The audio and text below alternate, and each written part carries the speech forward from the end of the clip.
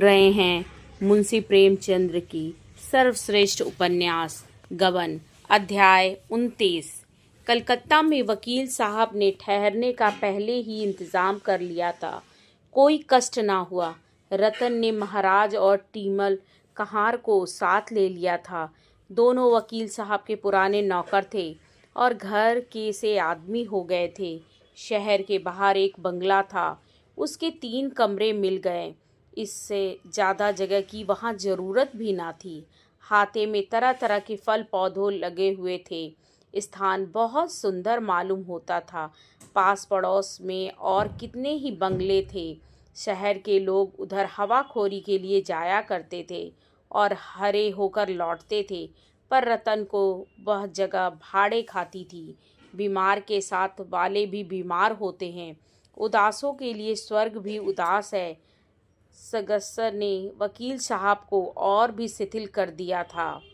2-3 दिन तो उनकी दशा उससे भी खराब रही जैसी प्रयाग में थी, लेकिन दवा शुरू होने के 2-3 दिन बाद वह कुछ संभलने लगे।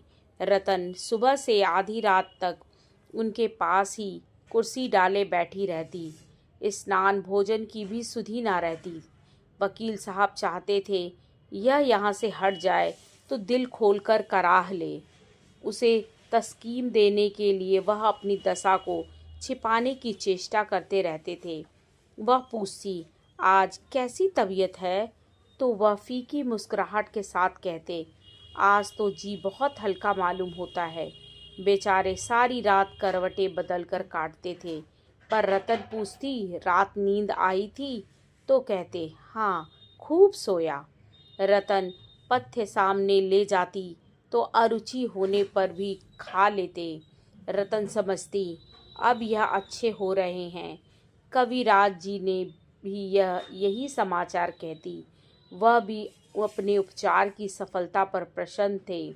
एक दिन वकील साहब ने रतन से कहा, मुझे डर है कि मुझे अच्छा होकर तुम्हारी दवा ना खानी पड़े। रतन ने प्रसन्न होकर कहा, इससे बढ़कर क्या बात होगी। मैं तो ईश्वर से मनाती हूँ कि तुम्हारी बीमारी मुझे दे दे। शाम को घूम आया करो। अगर बीमार पड़ने की इच्छा हो तो मेरे अच्छे हो जाने पर पड़ना। कहाँ जाऊँ? मेरा तो कहीं जाने को जी नहीं चाहता। मुझे यही सबसे अच्छा लगता है। वकील साहब को एकाएक रमानाथ का ख्याल आ गया। बोले, जरा शहर के पार्कों में घूम घाम कर देखो, शायद रमानाथ का पता चल जाए। रतन को अपना वादा याद आ गया। रमा को पा जाने की आनंदमय आशा ने एक क्षण के लिए उसे चंचल कर दिया। कहीं वह पार्क में बैठे मिल जाए तो पूछूं, कहिए बाबूजी, अब कहाँ भाग कर जाइएगा? इस कल्पना से उसकी मुद्रा खिल उठी। बोली, जालपा से मैंने वादा तो किया था कि पता लगाऊंगी, पर यहाँ आकर भूल गई। वकील साहब ने साग्रह कहा, आज चली जाओ। आज क्या, शाम को रोज घंटे भर के लिए निकल जाया करो। रतन ने चिंतित होकर कहा, लेकिन चिंता तो लगी रहेगी। वकील साहब ने मुस्कुराकर कहा, मैं तो अच्छा हो रहा हूँ।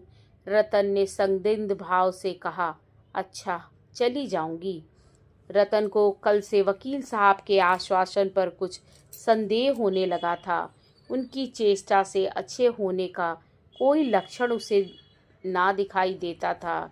इनका चेहरा क्यों दिन ब दिन पीला पड़ता जाता है? इनकी आंखें क्यों हरदम बंद रहती हैं? देह क्यों दिन दिन घुलती जाती है? महाराज और कहार से वह यह शंका ना कह सकती थी। कविराज से पूछते उसे संकोच होता था। अगर कहीं रमा मिल जाए तो उनसे पूछती। वह इतने दिनों से यहाँ है, किसी दूसरे डॉक्टर को दिखाती। इन कविराज जी ने उसे कुछ कुछ निराशा हो चली थी। जब रतन चली गई तो वकील साहब ने टीमल से कहा, मुझे जरा उठाकर बिठा दो। टीमल पड़े पड़े कमर सीधी हो गई। एक प्याली चाय पिला दो। कई दिन हो गए, चाय की सूरत नहीं देखी। यह पथ्य मुझे मार डालता है। दूध देखकर ज्वर चढ़ जाता है। पर उनकी खातिर से पी लेता हूँ। मुझे तो इस कविराज की दवा में कोई फ़ायदा नहीं मालूम होता। तुम्हें क्या मालूम होता है? टीमल ने वकील साहब को तकिए के सहारे उठाकर बैठाकर कहा। बाबूजी, सो देख लेओ, यह तो मैं पहले ही कहने वाला था। सो देख लेओ, बहू जी के डर के मारे नहीं कहता था। वकील साहब ने कई मिनट चुप रहने के बाद कहा, मैं मौत से डरता नहीं टीमल, बिल्कुल नहीं। मुझे स्वर्ग और नर्क पर बिल्कुल विश्वास नहीं है। अगर संस्कारों के अनुसार आदमी को जन्म लेना पड़ता है तो मुझे विश्वास है मेरा जन्म किसी अच्छे घर में होगा। फिर भी मरने को जी नहीं चाहता। सोचता हूँ मर गया तो क्या होगा। टीमल ने कहा, बाबूजी, सो देख लो, आप ऐसी बातें ना करें। भगवान चाहेंगे तो आप अच्छे हो जाएंगे। किसी दूसरे डॉक्टर को बुलाऊं? आप लोग तो अंग्रेजी पढ़े हैं, सो देख लो। कुछ मानते ही नहीं। मुझे तो कुछ और ही संदेह हो रहा है। कभी कभी गंवारों की भी सुन लिया करो।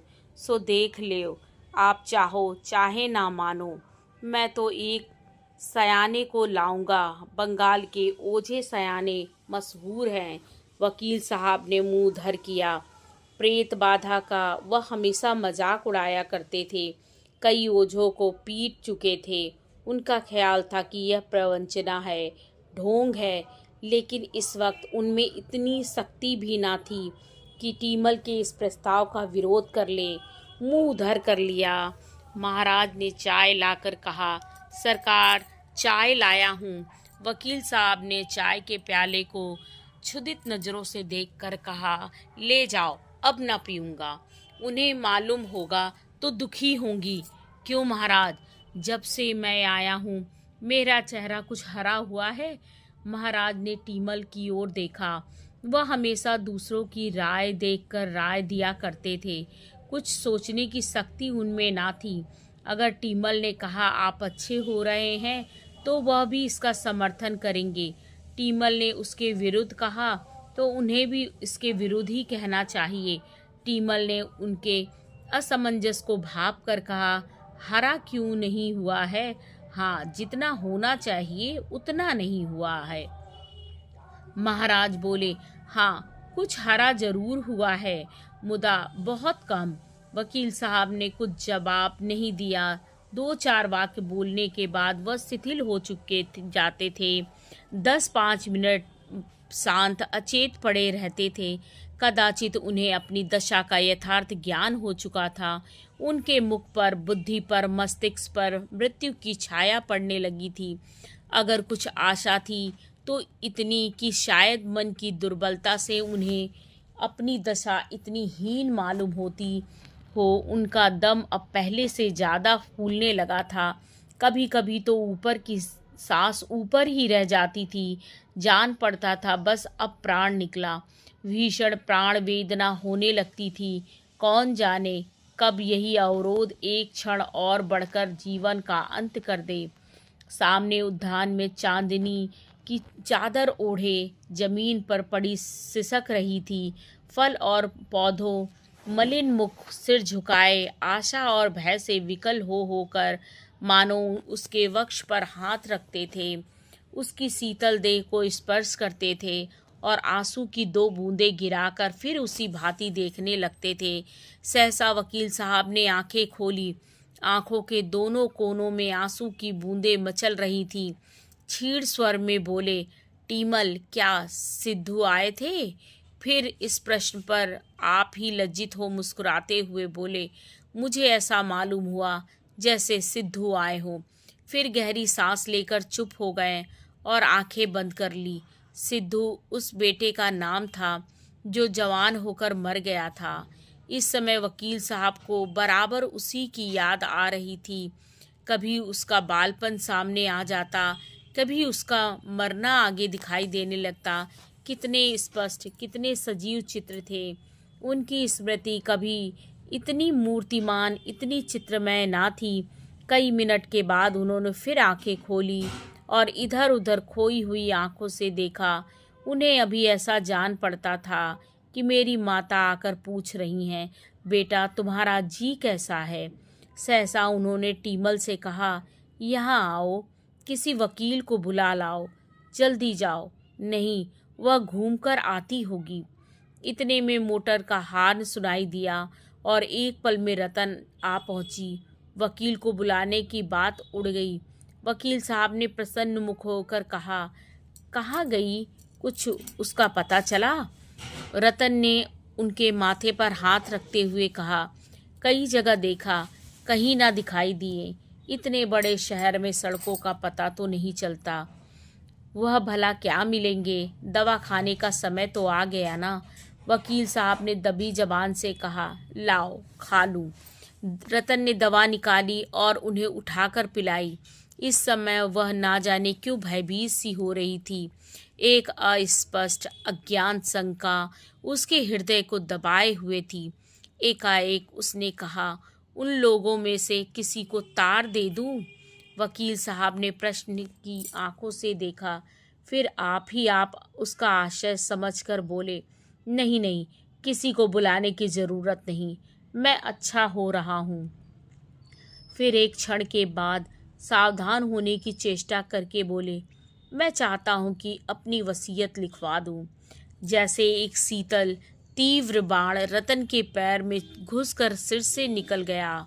मानो उसकी देह के सारे बंधन खुल गए, सारे अवयव बिखर गए, उसके मस्तिष्क के सारे परमाणु हवा में उड़ गए।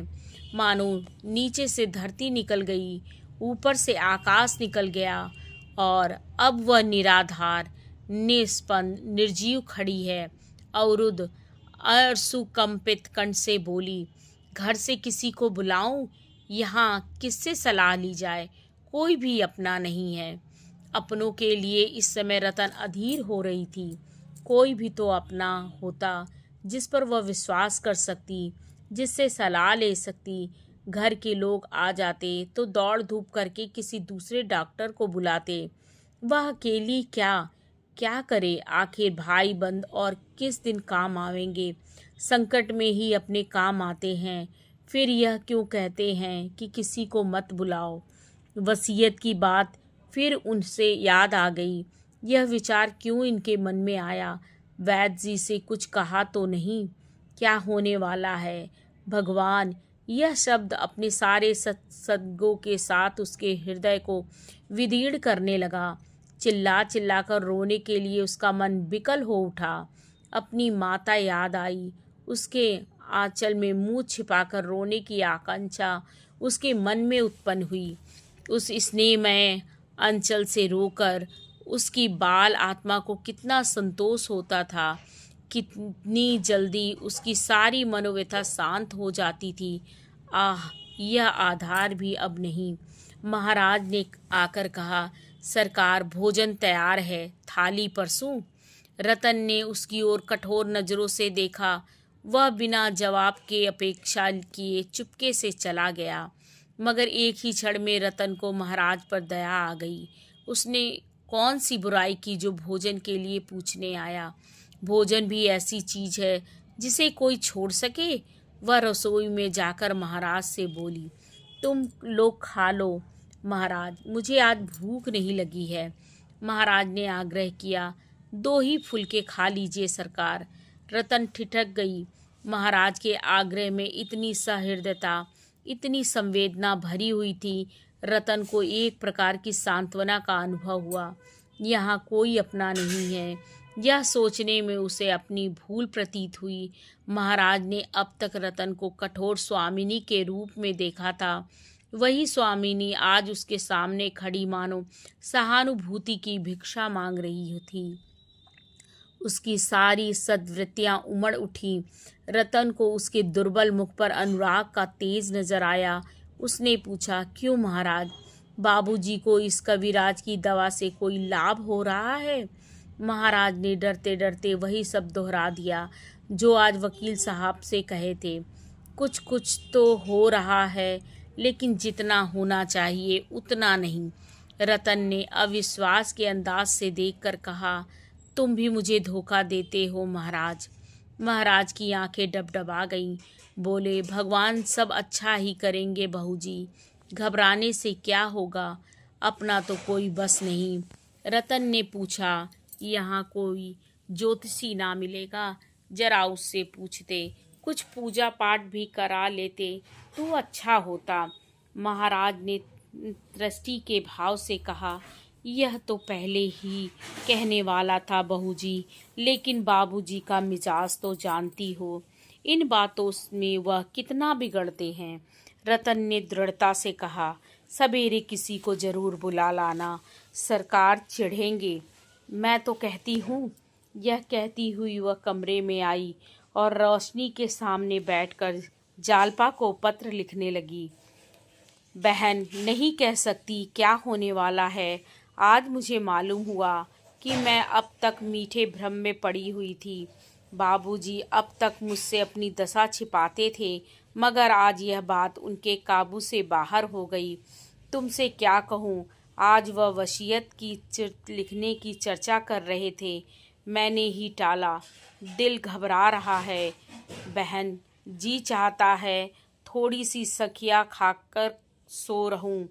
विधाता तो संसार दयालु कृपालु दीन बंधु और जाने कौन कौन सी उपाधियां देता है। मैं कहती हूँ, उससे निर्दयी निर्मम निष्ठुर कोई शत्रु भी नहीं हो सकता। पूर्व जन्म का संस्कार केवल मन को समझाने की चीज है। जिस दंड के हेतु हमें ना मालूम हो, उस दंड का मूल्य ही क्या। वह तो जबरदस्त की लाठी है जो आघात करने के लिए कोई कारण गढ़ लेती है। इस अंधेरे निर्जन कांटों से भरे हुए जीवन मार्ग में मुझे केवल एक टिमटिमाता हुआ दीपक मिला था। मैं उसे अंचल में छिपाए विधि को धन्यवाद देती हुई गाती चली जाती थी, पर वह दीपक भी मुझसे छीना जा रहा है। इस अंधकार में मैं कहाँ जाऊंगी? कौन मेरा रोना सुनेगा?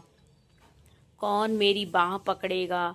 बहन, मुझे क्षमा करना, मुझे बाबूजी का पता लगाने का अवकाश नहीं मिला। आज कई पार्कों का चक्कर लगा आई, पर कहीं पता नहीं चला। कुछ अवसर मिला तो फिर जाऊंगी। माता जी को मेरा प्रणाम कहना। पत्र लिखकर रतन बरामदे में आई। शीतल समीर के झोंके आ रहे थे। प्रकृति मानो रोग सैया पर पड़ी सिसक रही थी।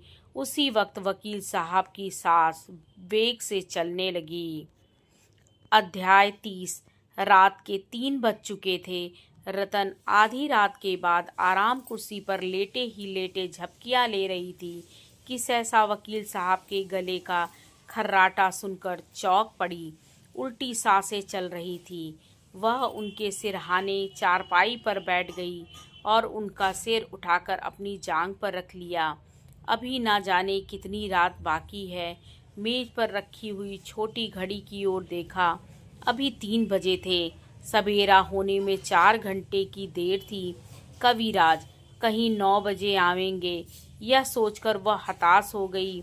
अभागिनी रात क्या अपना काला मुंह लेकर विदा ना होगी। मालूम होता है 1 युग हो गया। कई मिनट के बाद वकील साहब की सांस रुकी। सारी देह पसीने में तर थी। हाथ से रतन को हट जाने का इशारा किया और तकिए पर सिर रखकर फिर आंखें बंद कर ली। एकाएक उन्होंने छीड़ स्वर में कहा, रतन, अब विदाई का समय आ गया। मेरे अपरा के उन्होंने दोनों हाथ जोड़ दिए और उसकी ओर दीन याचना की आंखों से देखा। कुछ कहना चाहते थे पर मुंह से आवाज ना निकली। रतन ने चीख कर कहा, टीमल, महाराज, क्या दोनों मर गए? महाराज ने आकर कहा, मैं सोया थोड़ी ही था बाबूजी। क्या हुआ बहूजी? रतन ने डांट कर कहा, बको मत, जाकर कविराज को बुला लाओ। कहना अभी चलिए। महाराज ने तुरंत अपना पुराना ओवरकोट पहना, सोटा उठाया और चल दिया। रतन उठकर स्टोव जलाने लगी। शायद सेक से कुछ फायदा हो।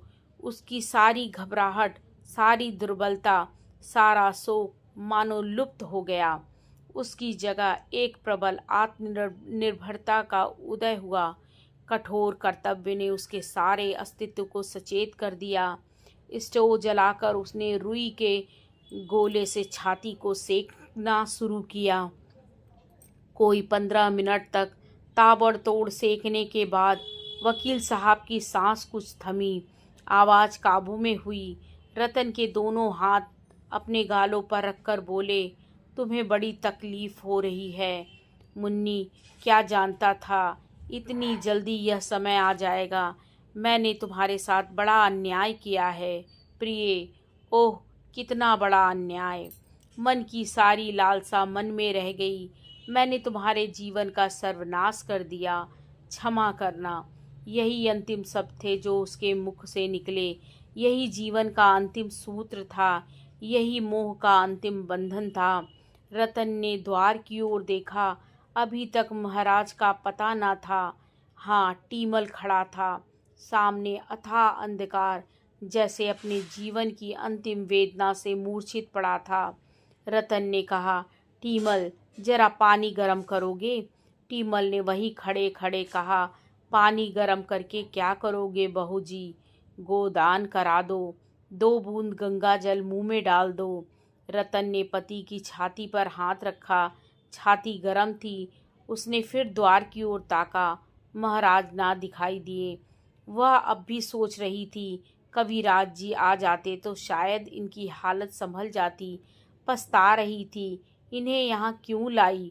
कदाचित रास्ते की तकलीफ और जलवायु ने बीमारी को असाध्य कर दिया। यह भी पछतावा हो रहा था कि मैं संध्या समय क्यों घूमने चली गई। शायद उतनी ही देर में इन्हें ठंड लग गई। जीवन एक दीर्घ पश्चाताप के सिवा और क्या है। पछतावे की 1-2 बात थी। इस 8 साल के जीवन से मैंने पति को क्या आराम पहुंचाया। वह 12 बजे रात तक कानूनी पुस्तकें देखते रहते थे। मैं पड़ी सोती रहती थी। वह संध्या समय भी मुवक्किलों के मामले की बातें करते थे। मैं पार्क और सिनेमा की सैर करती थी। बाजारों में मटर गश्ती करती थी। मैंने इन्हें धनोपार्जन के एक यंत्र के सिवा और क्या समझा। यह कितना चाहते थे कि मैं इनके साथ बैठूं और बातें करूं, पर मैं भागती फिरती थी। मैंने कभी इनके हृदय के समीप जाने की चेष्टा नहीं की, कभी प्रेम की दृष्टि से नहीं देखा। अपने घर में दीपक ना जलाकर दूसरे के उजाले घर का आनंद उठाती फिरी। मनोरंजन के सिवा मुझे और कुछ सूझता ही ना था। विलास और मनोरंजन, यही मेरे जीवन के 2 लक्ष्य थे। अपने जले हुए दिल को इस तरह शांत करके मैं संतुष्ट थी। खीर और मलाई की थाली क्यों ना मुझे मिली। इस क्षोभ से मैंने अपनी रोटियों को लात मार दी। आज रतन को उस प्रेम का पूर्ण परिचय मिला जो इस विदा होने वाली आत्मा को उससे था। वह इस समय भी उसी की चिंता में मग्न थी।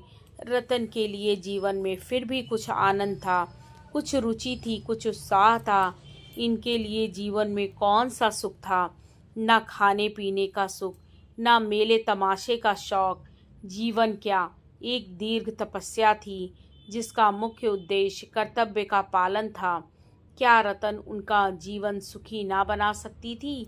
क्या एक क्षण के लिए कठोर कर्तव्य की चिंताओं ने उसे मुक्त ना कर सकती थी? कौन कह सकता था कि विराम और विश्राम से यह बुझने वाला दीपक कुछ दिन और ना प्रकाशमान रहता। लेकिन उसने कभी अपने पति के प्रति अपना कर्तव्य ही ना समझा। उनकी अंतरात्मा सदैव विद्रोह करती रही, केवल इसलिए कि इनसे मेरा संबंध क्यों हुआ। क्या उस विषय में सारा अपराध इन्हीं का था? कौन कह सकता है कि दरिद्र माता पिता ने मेरी और भी दुर्गति ना की होती। जवान आदमी भी सब के सब क्या आदर्श ही होते हैं? उनमें भी तो व्यभिचारी, क्रोधी, शराबी सभी तरह के होते हैं। कौन कह सकता था इस समय मैं किस दशा में होती। रतन का एक एक रोआ इस समय उसका तिरस्कार कर रहा था। उसने पति के शीतल चरणों पर सिर झुका लिया और बिलख बिलख कर रोने लगी। वह सारे कठोर भाव जो बराबर उसके मन में उठते रहते थे, वह सारे कटु वचन जो उसने जल जल कर उन्हें कहे थे, इस समय सैकड़ों बिच्छुओं के समान उसे डंक मार रहे थे। हाय, मेरा यह व्यवहार उस प्राणी के साथ था जो सागर की भांति गंभीर था। इस हृदय में कितनी कोमलता थी, कितनी उदारता।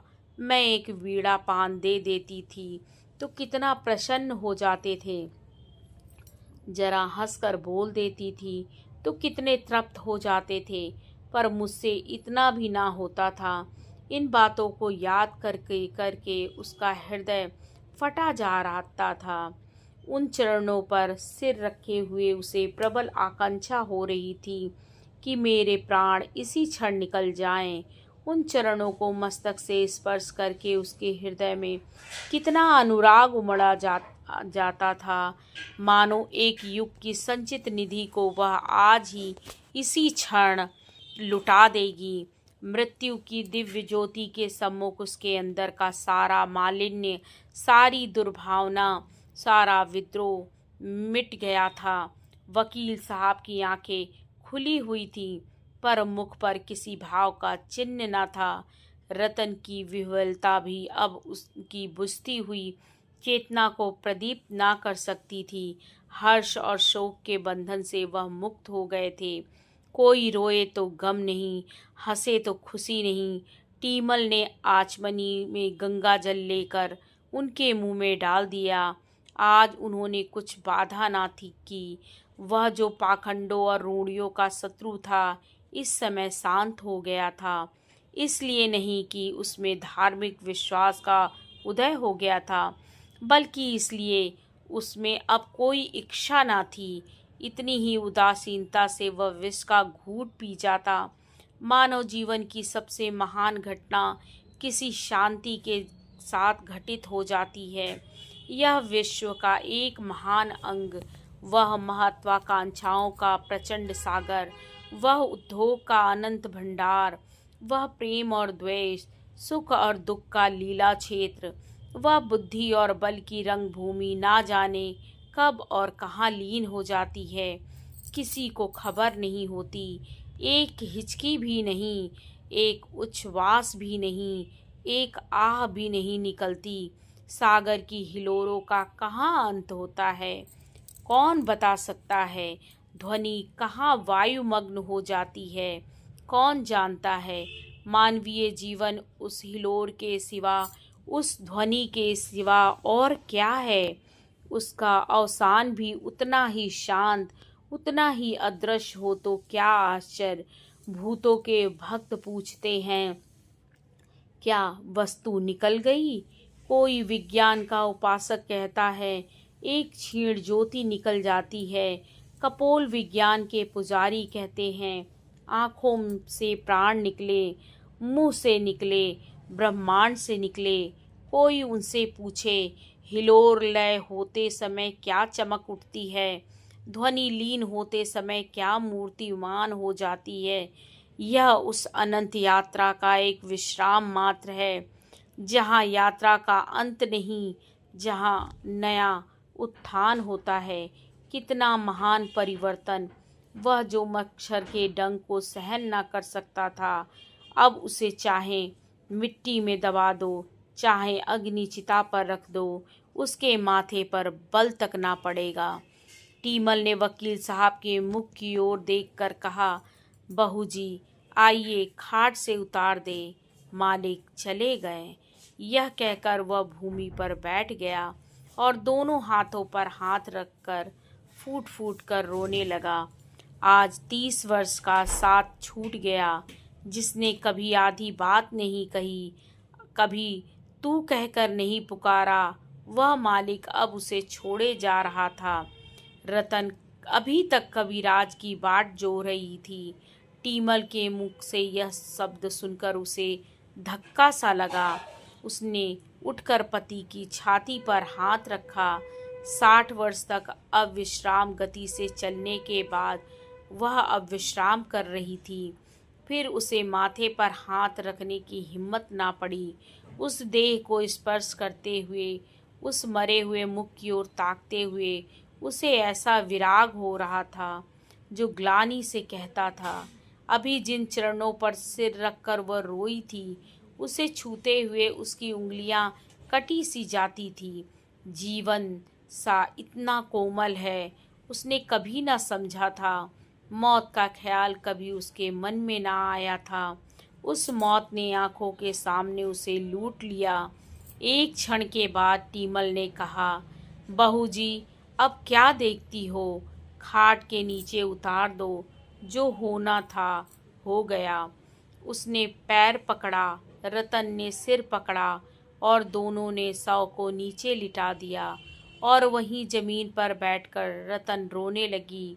इसलिए नहीं कि संसार में अब उसके लिए कोई अवलंब न था, बल्कि इसलिए कि वह उसके साथ अपने कर्तव्य को पूरा ना कर सकी। उसी वक्त मोटर की आवाज़ आई और कविराज जी ने पदार्पण किया। कदाचित अब भी रतन के हृदय में कहीं आशा की कोई बुझती हुई चिंगारी पड़ी हुई थी। उसने तुरंत आंखें पोंछ डाली, सिर पर अंचल संभाल लिया, उलझे हुए केस समेट लिए, खड़ी होकर द्वार की ओर देखने लगी।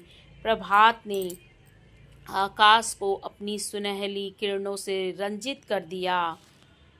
क्या इस आत्मा के नवजीवन का यही प्रभात था? आगे की कहानी अगले पार्ट में।